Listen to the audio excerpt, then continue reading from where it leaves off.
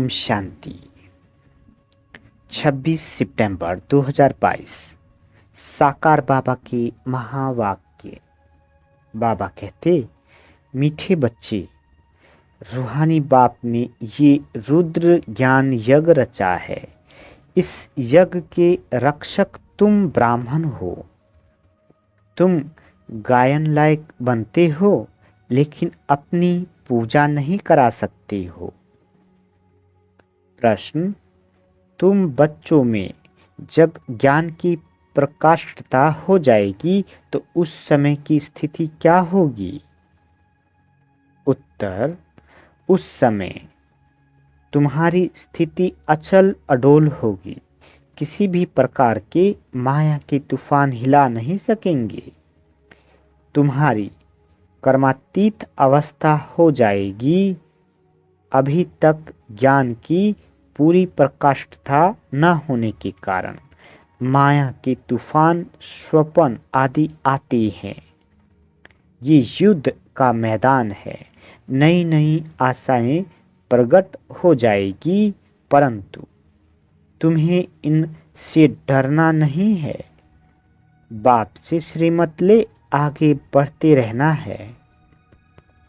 गीत है आज का, तुम ही हो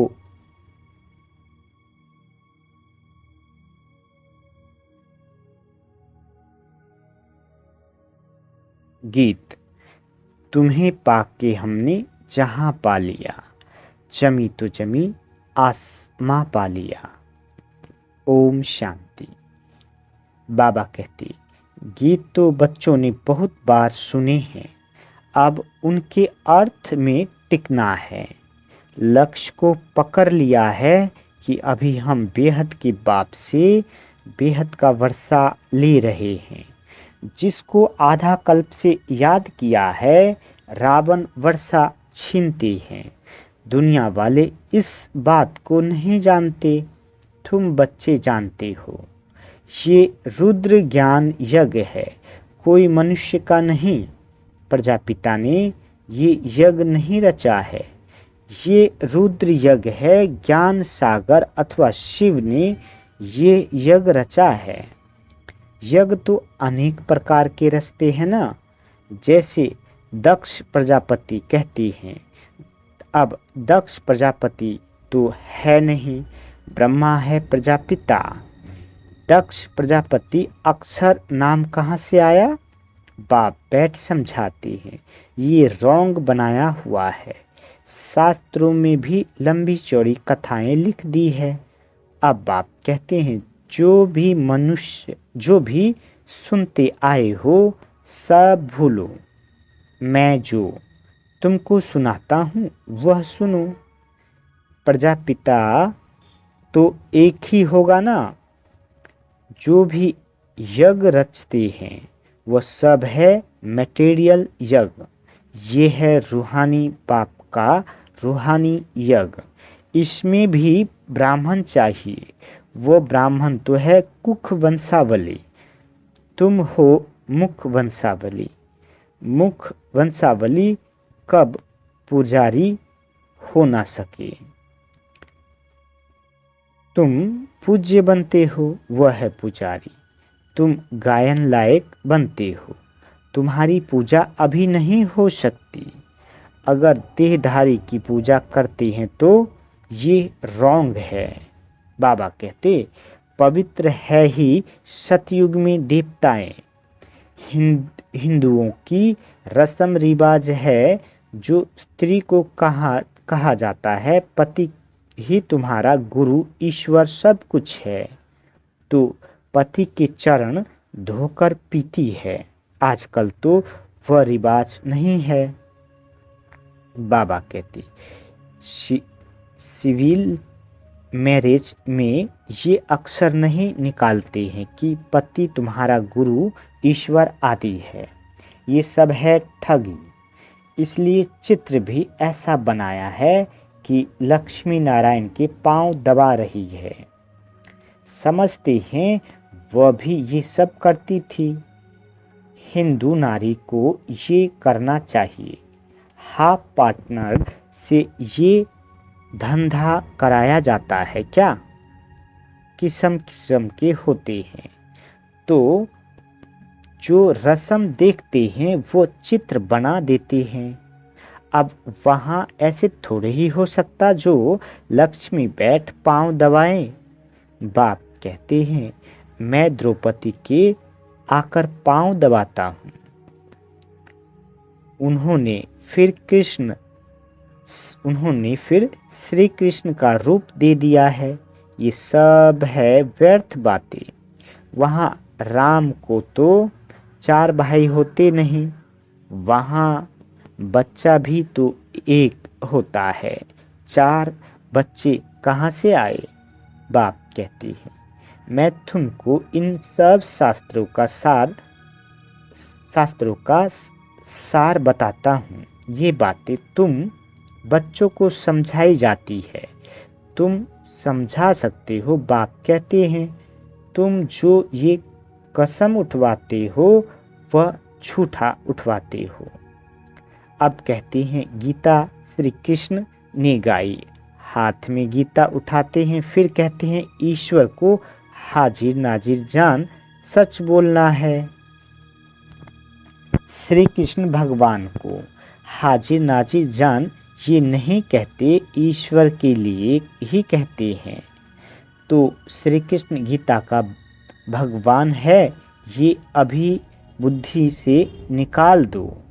झूठा कसम होने के कारण उनमें ताकत नहीं रहती है। एक्यूरेट है एक धर्मराज, सुप्रीम जज, वही सच्चा है। सतयुग में तो जज आदि होते नहीं, क्योंकि वहाँ कोई ऐसी बात नहीं होती। सब हिसाब किताब चुकतू कर वहाँ चले जाएंगे। फिर नए सिर सतो रजो और तमो में आएंगे। हर एक वस्तु जो तुम देखते हो नई से पुरानी जरूर होती है। दुनिया भी नई से पुरानी होती है, ये पुरानी दुनिया है, परंतु कितने तक पुरानी है ये किसी को पता नहीं है। बाबा कहती सदैव 4 भागों में बांटा जाता है। ये भी 4 युग है। पहली नया, फिर चौथा पुराना, फिर आधा पुराना, फिर सारा पुराना हो जाता है, बिल्कुल ही टूटने के लायक हो जाता है। इस कल्प की आयु 5000 वर्ष है। अभी तुम हो अंत में, अंतिम जन्म में तुम बाप से वर्षा पाते हो 21 जन्मों के लिए। सतयुग त्रेता में 21 जन्म, द्वापर कलयुग में 63 जन्म। क्यों होते हैं? बाबा कहते क्योंकि पतित बनने से आयु कम हो जाती है, आधा कल्प आयु बड़ी होती है। अभी तुम योग सीखते हो, तुम बच्चे यहाँ योग व याद सीखने लिए नहीं आए हो। यहाँ तुम आते हो सम्मुख मुरली सुनने। मुरली तो बहुत प्यारी लगती है। योग तो तुम कहाँ भी बैठकर कर सकते हो। स्टूडेंट के इम्तिहान का जब टाइम होता है तो कहाँ भी होंगे, बुद्धि में इम्तिहान की ही बातें घूमती रहेगी। यहाँ तुम्हारी पढ़ाई और योग इकट्ठे हैं। पढ़ाने वाले को भी याद करना पड़े। बाप कहते हैं माँ में कम याद करो। भूल से श्री कृष्ण का नाम डाल दिया है। सन्यासी आदि तो श्री कृष्ण को याद करते नहीं है। बाकी किसने कहा मन मना भव तत्वम व ब्रह्म तो नहीं कह सकता। बाप इस मुख का आधार लेकर कहते हैं बच्चे माँ में कम याद करो। ये सब पॉइंट्स बुद्धि में धारण करनी होती है, फिर समझाना होता है। कांग्रेसी लोग कितना आवाज़ से बोलते थे। उन्हों का लीडर था बापूजी, वो था जिस्मानी बापू। जी ये है फिर रूहानी बापू, ये है फिर रूहानी बाप। सभी का बाप तो गांधी जी हो ना सके, शिव बाबा तो सबका बाप है ना।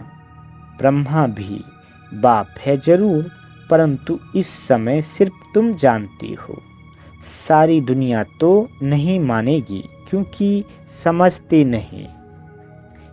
यहाँ हम बापू निराकार शिव बाबा को कहते हैं, वह सभी का बाप है। बच्चों को कितनी पॉइंट्स समझाते हैं, कभी आत्मा पर, कभी परमात्मा पर, कभी शास्त्रों पर, ढेर के ढेर भारत के शास्त्र है और धर्म वालों का तो एक ही शास्त्र होता है। यहाँ तो अनेक शास्त्र है, बाबा कहते। फॉलोवर्स भी जो कुछ सुनते सत सत करते रहते हैं, एम ऑब्जेक्ट कुछ भी नहीं। जैसे राधा स्वामी पंथ है, अब नाम तो रखा है राधा स्वामी। राधे का स्वामी तो श्री कृष्ण है। वास्तव में जिस रूप से भारतवासी श्री कृष्ण को समझते हैं वैसे है नहीं। राधे तो कुमारी है, श्री कृष्ण कुमार है, फिर कृष्ण का स्वामी कैसे कहेंगे। जब स्वयंवर बाद लक्ष्मी नारायण बने तब स्वामी कहा जाए।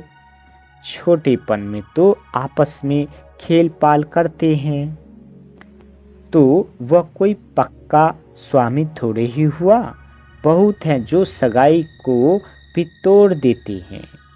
अब लक्ष्मी नारायण तो दिखाते हैं, परंतु नारायण के बाप का नाम क्या है कभी बता न सके।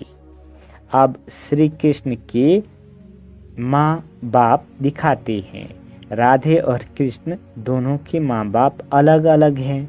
राधे और जगह की थी, कृष्ण श्री कृष्ण फिर और जगह का था। सतयुग की बातों का सारा अगड़म बगड़म कर दिया है। लक्ष्मी नारायण के माँ बाप का नाम कहाँ, नारायण का बर्थ कहाँ, ये कोई भी नहीं जानते कि राधे कृष्ण ही फिर लक्ष्मी नारायण बनते हैं। बाप कहते हैं भक्ति मार्ग की कितनी बड़ी सामग्री है। ज्ञान में तो सिर्फ बीज को जानना होता है, बीज के ज्ञान से सारा झाड़ बुद्धि में आ जाता है। तुम जानती हो ऊंच ते ऊंच भगवान है जो परम धाम में रहते हैं, वहाँ तो सभी आत्माएं रहती हैं। सूक्ष्म वतन में तो है सिर्फ ब्रह्मा विष्णु शंकर। ब्रह्मा और विष्णु तो पुनर्जन्म में आते हैं, बाकी शंकर नहीं आता।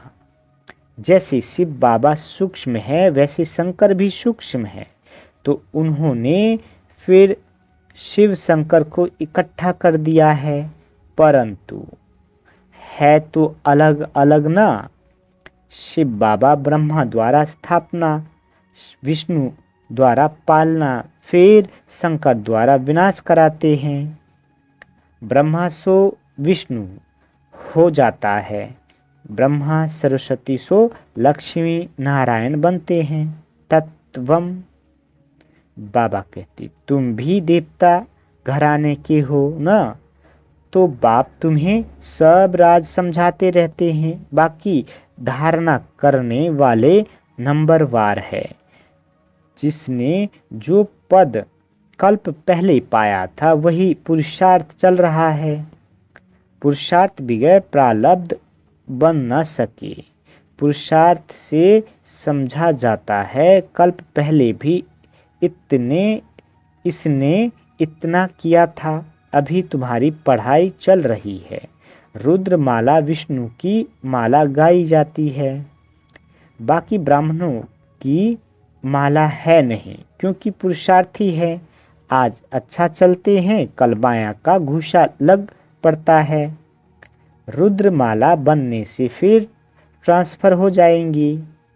ब्राह्मण तो पुरुषार्थी है, आज अच्छे चलते हैं तो कल गिर पड़ते हैं तो माला बन न सके।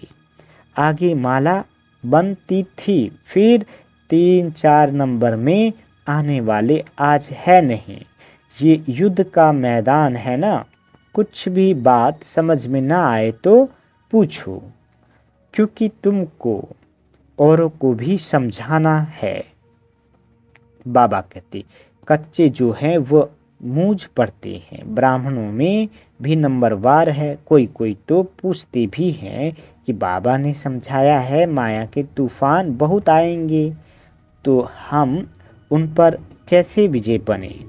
अनुभवी टीचर ना हो तो कैसे समझा सकेंगी। बाप समझाते हैं ये माया के तूफान स्वप्न आदि सब आएंगे। जब तक ज्ञान की पूरी प्रकाशता आ जाए, कर्मातीत अवस्था हो, इस समय तो बहुत आएंगे। बूढ़ों को और ही जवान बना देंगे, नई नई आशाएं प्रकट करेंगे। तुम कहेंगे आगे तो कभी ऐसे ख्याल भी नहीं आते थे। अरे युद्ध के मैदान में तो तुम अभी आए हो। वैद्य लोग कहते हैं कि इस दवाई से बीमारी सारी बाहर निकलेगी। तो बाबा अनुभवी है, सब कुछ बतलाते रहते हैं, इससे जरा भी डरना नहीं है। कहती हैं ज्ञान में आने से तो पता नहीं क्या हो गया है, इससे तो भक्ति अच्छी। बाबा तो कहते हैं भल जाओ भक्ति में, वहाँ तुमको ये तूफान नहीं आएंगे। बाबा तो सब बातें समझाते हैं। रोज सुनने वालों की बुद्धि में पूरी धारणा होगी। मुख्य है ही नॉलेज से काम, फिर भल कहाँ भी जाओ मुरली तुमको मिलती रहेगी। मुरली पढ़ने की मिलिट्री में भी मना नहीं हो सकती। मिलिट्री को ऐसे थोड़े ही कहेंगे कि बाइबल्स व ग्रंथ आदि नहीं पढ़ो, सब पढ़ते हैं। उन्हों के मंदिर भी होते हैं तो मुरली कहाँ भी मिल सकती है। फिर भी तो लक्ष्य मिला हुआ है ना। मुख्य बात ही है बाप का परिचय देना। पहले तो निश्चय बैठे कि हमको पढ़ाने वाला नॉलेजफुल गॉड फादर है, तब और बातों को समझ सकेंगे। गॉड फादर कहेंगे, गॉड फादर कैसे आकर पढ़ाते हैं ये किसको पता नहीं है। लिखा हुआ भी है भगवान वाच, उनका नाम शिव है। परम आत्मा है ना, परम अर्थात सुप्रीम। परम धाम में तो सब रहते हैं। आत्माओं में भी सुप्रीम पार्ट तो किसका होगा ना। उनको क्रिएटर, डायरेक्टर, मुख्य एक्टर कहा जाता है। वह है रचयिता, करण करावनहार, फिर पाठधारी भी है। इसमें आकर कितना पाठ बजाते हैं, जिससे भारत स्वर्ग बनता है। ऊंचे ते ऊंच बात शिव बाबा आया, क्या आकर किया कुछ भी नहीं जानते। कल्प की आयु ही लंबी कर दी है। बाप कहते हैं मुझे आना ही है। कलयुग अंत और सतयुग आदि में। सतयुग में लक्ष्मी नारायण का राज्य था, पावन दुनिया थी। हम सो पावन, फिर हम सो पतित। चढ़ती कला उतरती कला कैसे होती है, अभी ये सब तुम्हारी बुद्धि में है। बाप कहते हैं बच्चे सबको बाप का परिचय देते रहो। बाप जब स्वर्ग रचयिता है तो जरूर हमको स्वर्ग की बादशाही मिलनी चाहिए।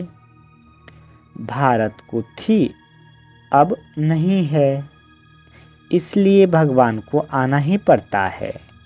भारत ही शिव बाबा का बर्थ पैलेस है। आकर तुमको स्वर्गवासी बनाया था, अब तुम भूल गए हो। भूल और अभूल का ये खेल है। इस नॉलेज को भूलने से ही उतरती कला होती है। एक सेकंड में जीवन मुक्ति चढ़ती कला, जीवन बंद में कितना समय लगा, ये बातें शास्त्रों में थोड़े ही है। बाबा कहते, जनक की बात है ना। बाप कहते हैं जो भी कुछ पढ़ा है सब भूल जाओ। बाप टीचर सतगुरु मैं ही हूँ।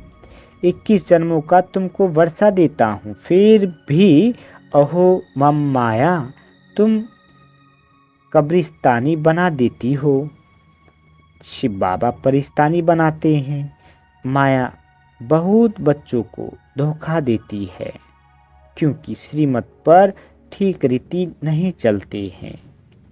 अच्छा, मीठे मीठे स्किल दे बच्चों प्रति माता पिता बाप दादा का याद प्यार और गुड मॉर्निंग।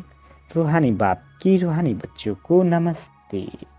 हम रूहानी बच्चों की रूहानी माता पिता बाप दादा को याद प्यार गुड मॉर्निंग और नमस्ते मीठे बाबा नमस्ते। धारणा के लिए मुख्य सार। पहला पॉइंट, मुरली रोज जरूर पढ़नी है। माया के तूफानों से डरना नहीं है। किसी भी प्रकार के धोखे से बचने के लिए श्रीमत लेते रहना है। दूसरा पॉइंट, पढ़ाई और योग दोनों इकट्ठा है, इसलिए पढ़ाने वाले बाप को याद करना है। निश्चय बुद्धि बनना और बनाना है। बाप का ही परिचय सबको देना है। बाबा वरदान देते, अकाल तख्त पर बैठकर कर्मेंद्रियों से सदा श्रेष्ठ कर्म कराने वाले कर्म योगी भाव। बाबा कहते, कर्म योगी वह है जो अकाल तख्त नशीन अर्थात स्वराज अधिकारी और बाप के वर्षे के राजभाग अधिकारी है। जो सदा अकाल तख्त पर बैठकर कर्म करते हैं उनके कर्म श्रेष्ठ होते हैं, क्योंकि सभी कर्मेंद्रियां लॉ और ऑर्डर पर रहती है। अगर कोई तख्त पर ठीक न हो तो लॉ और ऑर्डर चल नहीं सकता। तो तख्त नशीन आत्मा सदा यथार्थ कर्म और यथार्थ कर्म का प्रत्यक्ष फल खाने वाली होती है। उसे खुशी भी मिलती है तो शक्ति भी मिलती है। स्लोगन, ब्रह्मा बाप के प्यारे वह है जिनका ब्राह्मण कल्चर से प्यार है। अच्छा, ओम शांति मीठे बाबा।